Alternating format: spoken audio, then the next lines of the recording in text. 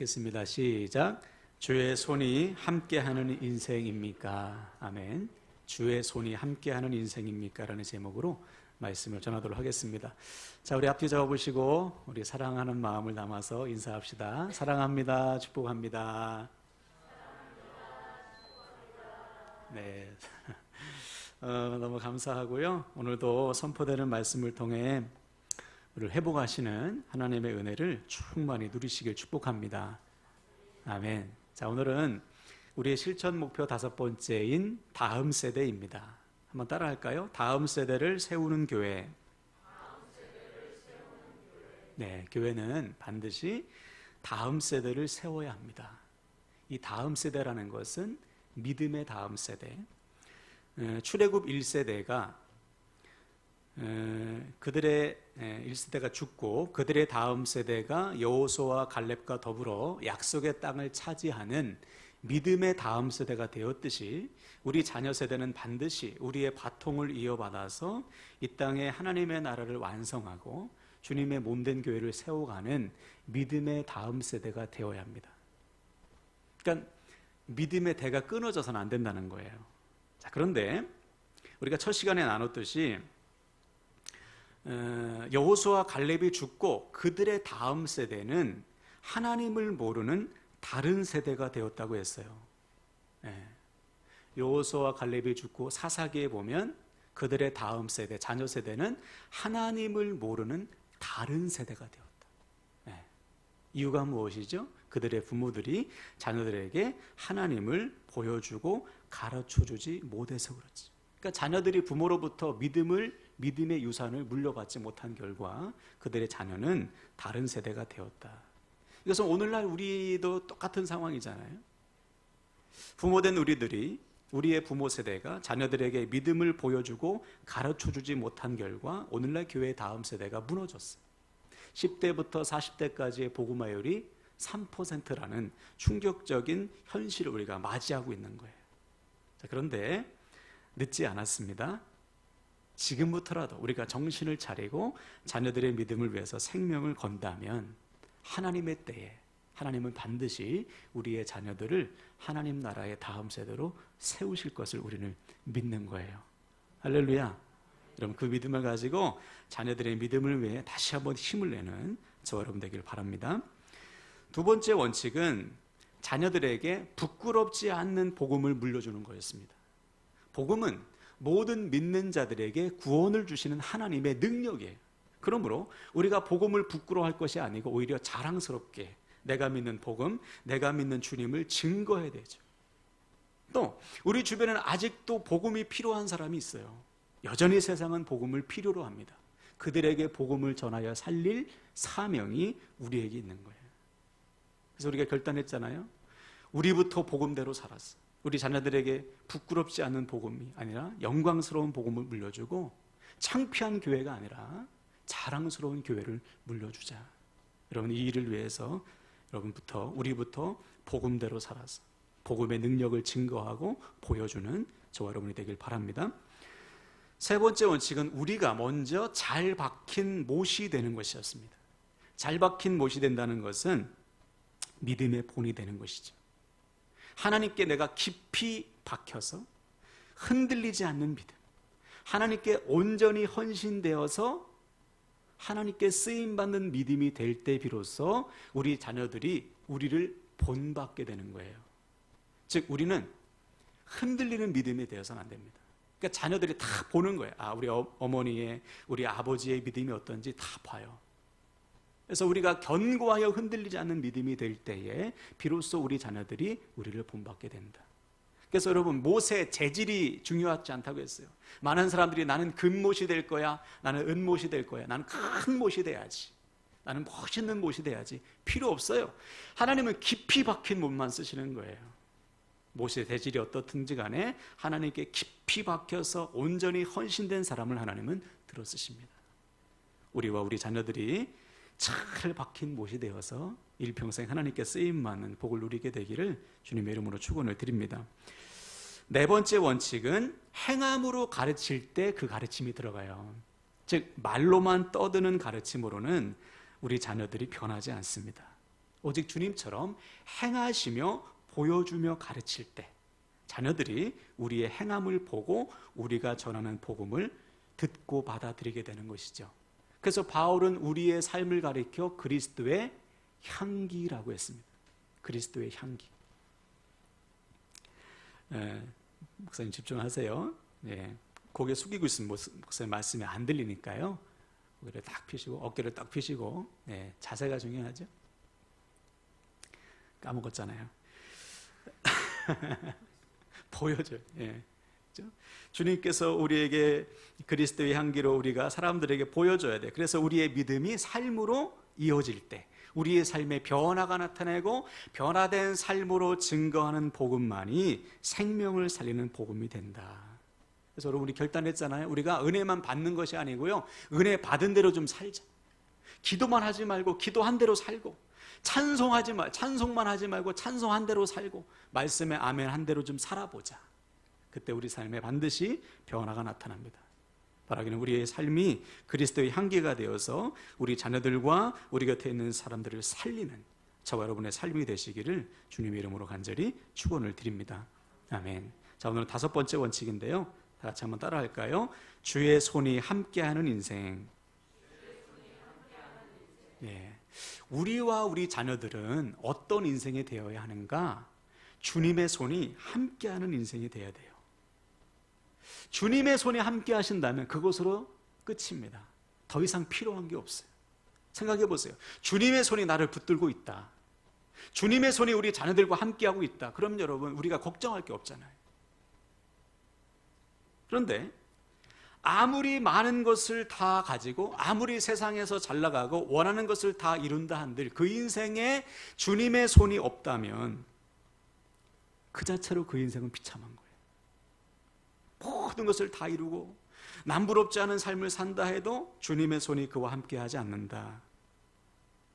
그 자체로 그 인생은 비참한 것입니다. 그래서 솔로몬은 자신의 삶을 돌아보면서 모든 것이 헛되다고 고백했어요. 아니 솔로몬처럼 부귀와 영화를 다 누려본 사람이 어디 있습니까? 다 부러워하는 인생. 나도 좀 저렇게 살아봤으면, 저렇게 누리며 살아봤으면, 저렇게 부유하게 살아봤으면.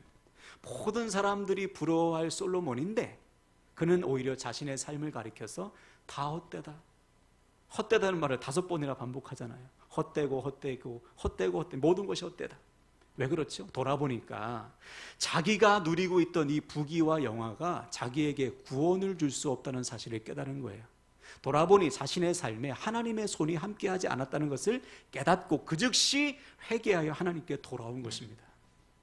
그가 죽기 전 한 약 5년 전에 하나님께서 그의 은혜를 베푸셔서 깨닫게 하신 거예요. 그래서 전도서를 쓴 거예요. 바울도 그렇잖아요. 부활하신 주님을 만난 다음에 바울은 자신의 인생을 돌아보면서 그동안 자기가 유익하게 여기던 모든 것들을 뭐처럼 버렸어요? 배설물처럼 버렸어요.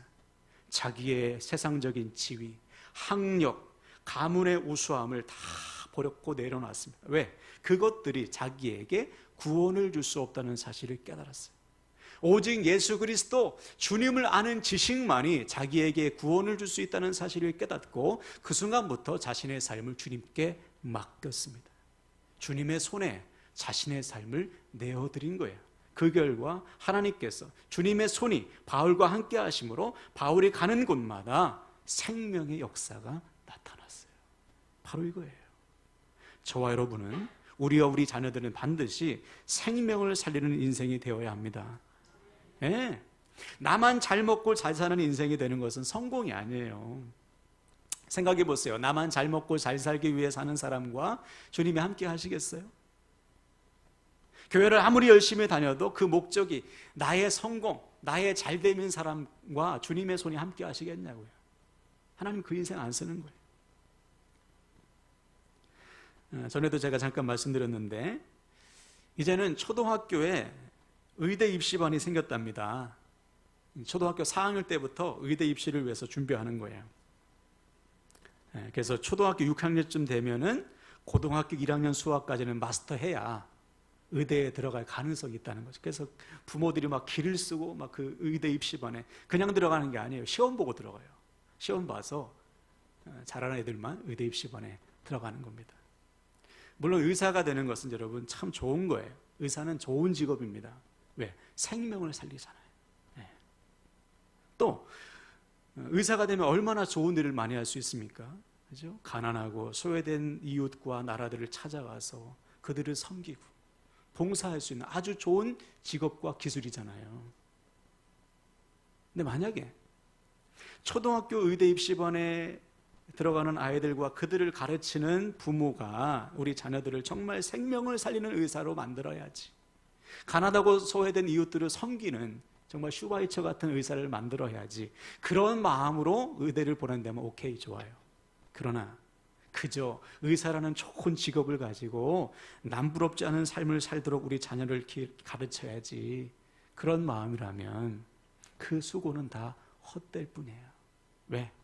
자기 욕심을 위한 수고는 그 결국은 심판이기 때문에 그렇습니다.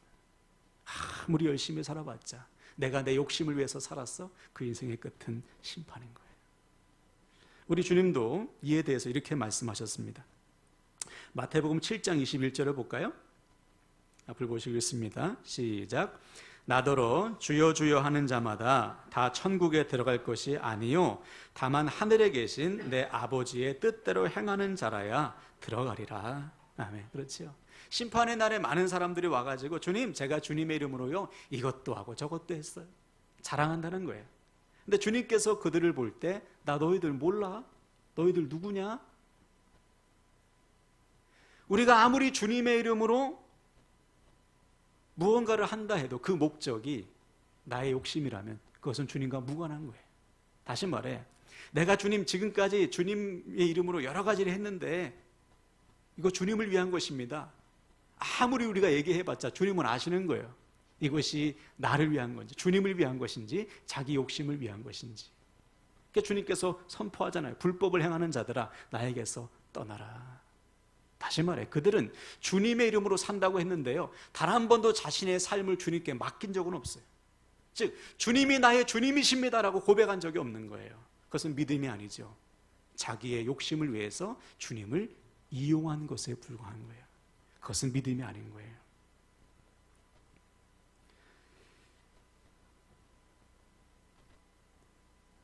오늘날 교회 안에 자세히 들여다보면 이렇게 믿는 분들이 너무나 많은 것이죠.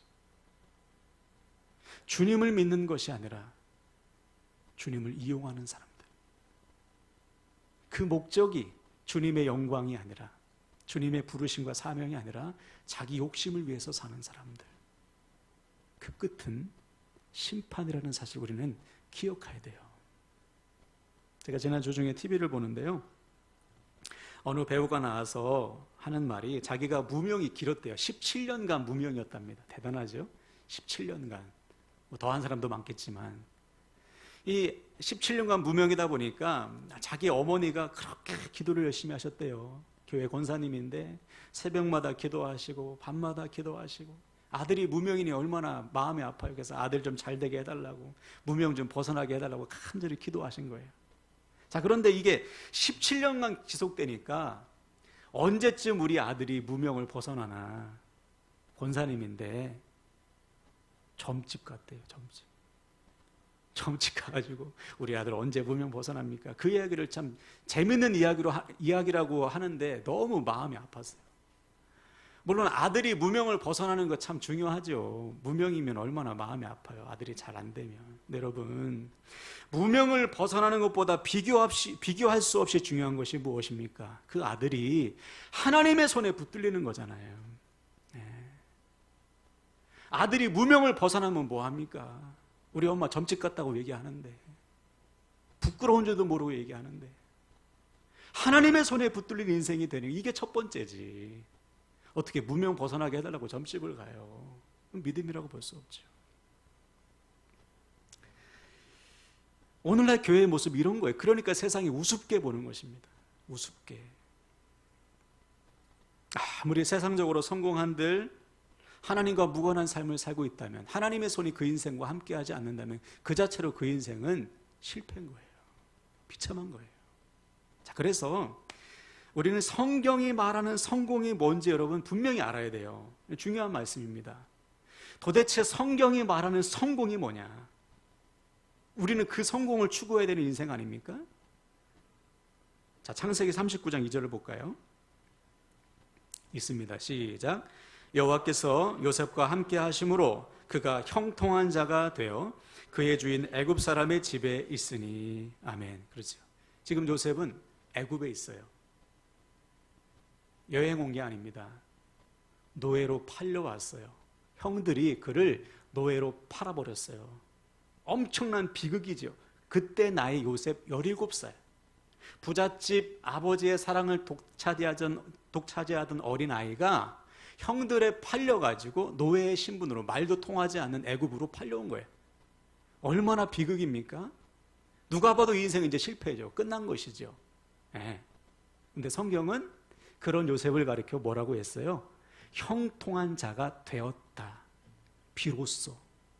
이전에는 형통한 자가 아니었는데 비로소 형통한 자가 되었다. 아니, 세상적인 기준으로는 누가 봐도 아버지, 부자 아버지 밑에 있을 때가 형통이죠. 성공이고, 어떻게 노예가 되었을 때 그때가 성공입니까? 근데 하나님 나라의 기준은 다른 거예요.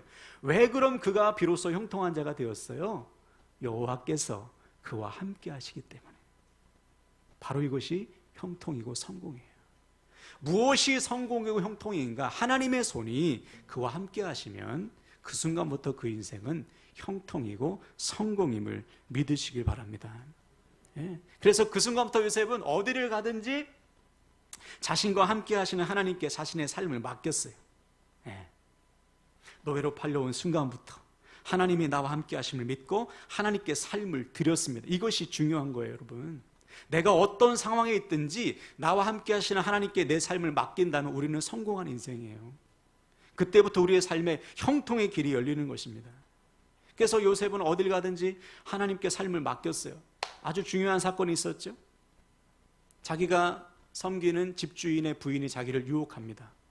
얼마나 고민되겠어요. 이것을 뿌리치면 잘못하면 죽을 수도 있어요. 근데 그때 요셉은 하나님을 본 거예요. 하나님께 삶을 맡겼어요. 그리고 과감히 그 유혹을 뿌리쳤습니다. 그 일로 억울한 누명을 씌워서 감옥에 갇혔지만 감옥 속에서도 요셉은 자신의 삶을 하나님께 맡기고 드렸어요. 그때 하나님의 손이 요셉과 함께 하셔서 그곳에서도 형통케 하셨습니다. 모든 사람이 요셉과 함께 하시는 하나님을 봤어요. 그러다가 어떤 일이 벌어지지요? 왕의 술관원의 꿈을 해몽해 줍니다. 그리고 그가 복권되는 일이 일어나요. 그리고 나중에 왕의 꿈까지 해몽해 주어서 결국 요셉은 애굽의 총리가 되죠. 그것으로 요셉의 이야기가 끝나지 않아요. 그가 7년의 풍년 동안 7년의 흉년을 대비해서 애굽과 애굽 주변의 모든 민족과 나라를 먹여 살립니다. 뿐만 아니라 그의 가족 야곱의 자손이 애굽에 들어와 하나님의 백성으로 준비되는 일에 하나님이 요셉을 쓰신 거예요. 무슨 말입니까? 요셉이 자신의 삶을 하나님께 드렸더니 하나님께서 요셉을 통해 하나님의 구원 역사를 이루시더라는 거예요. 바로 이거예요. 이것이 성공이고 이것이 형통입니다. 그러므로 우리는 우리 자녀들을, 우리 자신을 어떤 인생으로 만들어 가야 됩니까? 하나님의 손에 붙들릴 인생으로 만들어 가야죠. 그것이 형통이고 그것이 성공이기 때문에 이거 빼놓고 모든 수고는 다 헛된 수고일 뿐이에요. 그러므로 사랑하는 여러분, 오늘 말씀을 통해 우리는 반드시 하나님의 손에 붙들릴 인생이 되어야 합니다. 하나님의 역사를 이루는 인생이 되어야 해요. 아멘이십니까? 어떻게 해야 됩니까? 답은 간단해. 하나님 손에 우리의 삶을 내어드리는 거예요. 하나님의 뜻에 우리의 삶을 온전히 헌신하는 것입니다. 그때 하나님은 우리의 삶을 붙드셔서 우리의 삶을 통해 하나님의 역사를 이루어 가신다는 사실을 믿으시길 바랍니다. 그래서 오늘 우리가 읽은 본문의 가정이 아주 모델되는 가정이에요. 세례 요한의 가정. 세례 요한의 아버지는 제사장입니다. 사가랴라는 사람. 그 당시 제사장은 1년에 2차례씩 제비를 뽑아가지고 순서대로 성전 안에 들어가서 일을 했어요. 아무나 성전 안에 들어가지 못하고 제비 뽑아서 선택된 사람이, 제사장들이 여럿이겠죠. 1년에 2번씩 들어갔습니다. 그래서 이 사가랴 차례가 됐어요. 제비를 딱 뽑아가지고 들어가서 일을 하는데 천사가 나타나서 사가랴에게 아들 요한 얘기를 하는 거예요.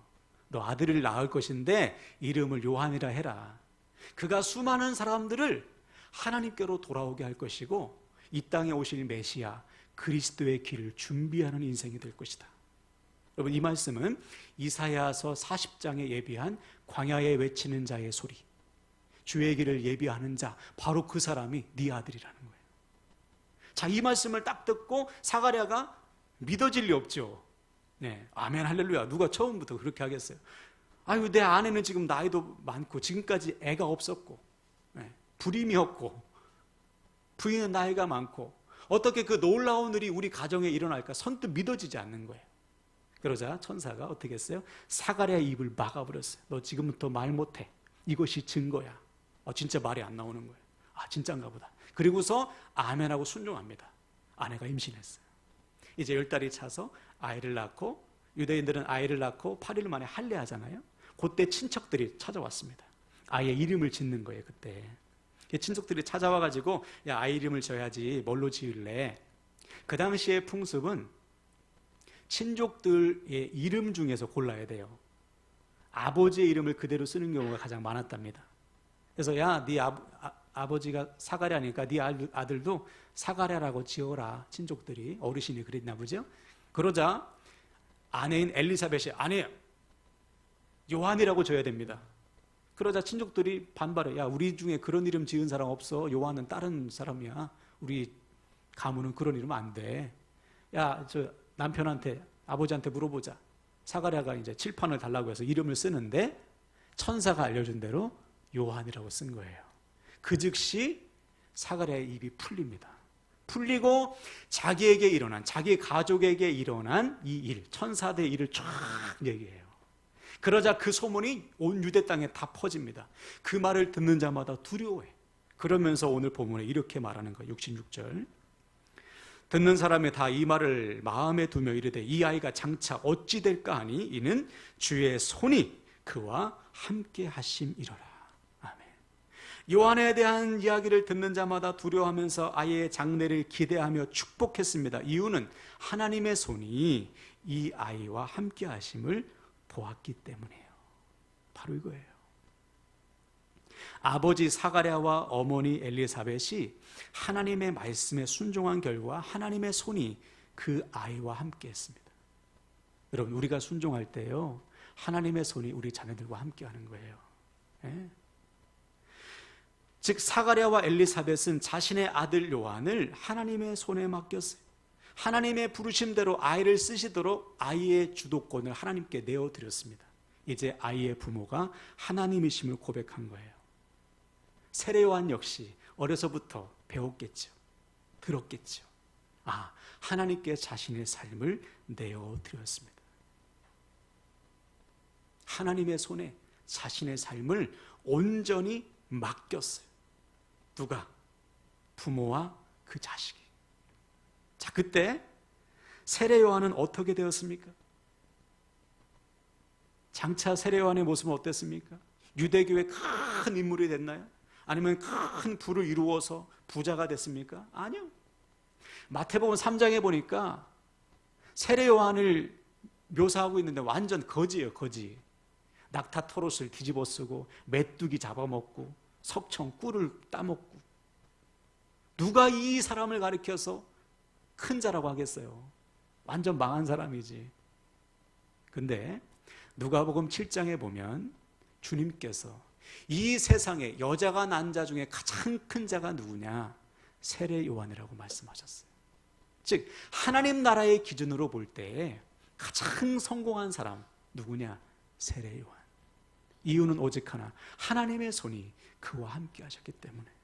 수많은 사람들을 하나님께로 인도하고 주님께서 이 땅에 오실 메시아의 길을 준비한 요한이 하나님 나라의 기준으로 볼 때 가장 큰 자였다는 거예요. 지금도 마찬가지. 누가 큰 사람입니까? 누가 성공한 사람입니까? 직업과 상관없이, 학력과 상관없이, 가문과 상관없이 그 인생이 지금 하나님의 손에 붙들려 있다면 그는 큰 사람이에요. 하나님께서 그를 통해 역사하실 것이기 때문에 여러분, 우리와 우리 자녀들이 하나님의 손에 붙들린 큰 사람 되게 축복합니다. 그래서 하나님은 세상의 기준과 달라요. 하나님께 쓰시는 사람은 하나님의 손에 붙들린 사람을 쓰는 거예요. 자, 그렇다면 여기서 우리는 중요한 질문을 해야 됩니다. 어떻게 할 때 우리는 우리의 삶을 주님께 맡길 수 있을까? 우리 중에 주님께 삶을 맡기기 싫은 사람은 없잖아요. 저는 곧 죽어도 제가 주인 된 삶을 살 겁니다. 절대로 저는 제 삶을 주님께 맡기고 싶지 않아요. 털끝 하나만이라도, 그죠? 내 인생의 100이라면 하나라도 안 맡기고 내가 다 주인 노릇할 거예요. 이런 사람이 누가 있어? 맡기고 싶지. 근데 우리가 이게 잘 안 되잖아요. 조금만 방심하면 어느덧 내가 주인 노릇하지 않습니까? 내가 생각하고 내가 판단하고 내가 계산하고. 하나님 잠깐 옆에 좀 나와보세요. 내가 주인 노릇하잖아요. 어떻게 할 때 우리가 우리의 삶을 날마다 맡길 수 있을까? 답은 누가복음 1장 80절에 있습니다. 우리가 읽진 않았지만 80절 볼까요? 누가복음 1장 80절 읽습니다. 시작. 아이가 자라며 심령이 강하여지며 이스라엘에게 나타나는 날까지 빈들에 있음이라. 아멘. 요한은 여러분 빈들에서 자랐어요. 빈들이 어디입니까? 광야. 광야는 아무것도 없는 곳이에요. 세상에 소리가 없는 곳입니다. 오직 하나님과만 독대하는 시간. 그곳이 바로 그곳에서 요한은 매일 하나님을 만났어요. 만나서 뭐 했겠어요? 하나님이 나의 삶의 주인임을 고백했겠죠. 주님의 부르심을 생각했겠죠. 주님의 때를 기다렸겠죠. 주님, 저를 부르셨는데 언제 저를 들어 쓰시겠습니까? 주님께서 저를 택하셨는데 저는 어떻게 살아야 됩니까? 무엇을 위해 살아야 됩니까? 날마다 빈들에서 하나님을 만난 거예요. 그래서 우리가 성경에 보면 하나님께서 하나님의 백성들을 새롭게 하실 때 날마다 광야로 이끄시지 않습니까? 이스라엘 백성들을 광야로 이끄시듯이 하나님께서 요한을 광야로 이끄신 거예요. 우리 주님도 사역하시기 전에 광야에서 40일 동안 마귀의 시험 받지 않습니까? 금식하십니다. 바울도 아라비아 광야에서 3년 동안 그 광야 속에서 하나님을 만나잖아요. 우리에게 지금 광야가 필요한 거예요. 세상의 분주함을 떠나서 광야 속에서 하나님을 만나는 거예요. 그렇다고 짐 싸들고 광야로 가시라는 말씀이 아니고 세상의 분주함을 내려놓고 주님을 만나는 시간이 있어야 된다는 거예요. 그 광야에서 하나님의 부르심을 확인하고 하나님의 주인 되심을 고백하면서 나의 삶을 주님께 내어 드리는 거예요. 그 시간을 통해서 우리의 인생이 좌우됩니다. 최근에 어떤 우리 성도님이 그러세요. 말씀대로 순종하는 삶이 참 어렵지만 매일 하나님과 깊이 만나는 시간을 통해서 순종의 삶이 가능해지더라. 그러니까 하루에 우리가 시간을 떼어놓고 하나님과 만나는 시간을 우리가 가지면 그 하루를 순종할 수 있더라. 근데 너무 바빠가지고 내가 하나님을 만나는 시간을 놓치면 순종하기 어렵더라. 이거예요. 내가 광야 속에서 하나님을 만나는 시간을 내가 가지면 하나님께 내 삶을 드리고 하나님의 나의 주인 되심을 고백하는 삶이 지속될 때에 우리는 비로소 하나님께서 기뻐하시는 삶, 하나님의 손에 붙들린 삶을 살 수 있어요. 그렇지 않고 이 시간이 없다면 우리는 바빠가지고요, 하나님 손이 나와 함께하는 것도 몰라. 그냥 바쁘게 살다가 끝나는 거예요. 여러분, 그러서는 안 돼요. 그러므로 사랑하는 여러분, 이 시간에 말씀을 결단하는데요, 오늘 말씀을 통해 우리와 우리 자녀들의 삶에 주님의 손이 늘 함께 하시길 축복합니다. 그거면 되는 거예요. 어떻게 하면 됩니까? 주님께 내 삶을 드리는 거예요. 주님이 나의 주인이심을 날마다 고백하고 내 삶의 주권을 하나님께 내어드리는 것입니다. 언제 가능해요? 빈들에서 주님 만나셔야 돼요. 매일 매순간 주님과 깊이 만나는 시간을 통해 우리 삶의 주권을 주인 되신 주님께 내어드려야 됩니다. 그때 주님의 강한 손이 우리를 붙드셔서 우리를 통해 주님의 역사를 이루시는 거예요. 바라기는 오늘부터 매일 주님과 깊이 만나는 시간을 통해 주인 되신 주님께 내 삶을 내어드림으로 주님의 강한 손이 저와 여러분을 붙드셔서 주님의 역사를 이루는 인생들 되시기를 주님의 이름으로 간절히 축원을 드립니다. 아멘. 이 시간 말씀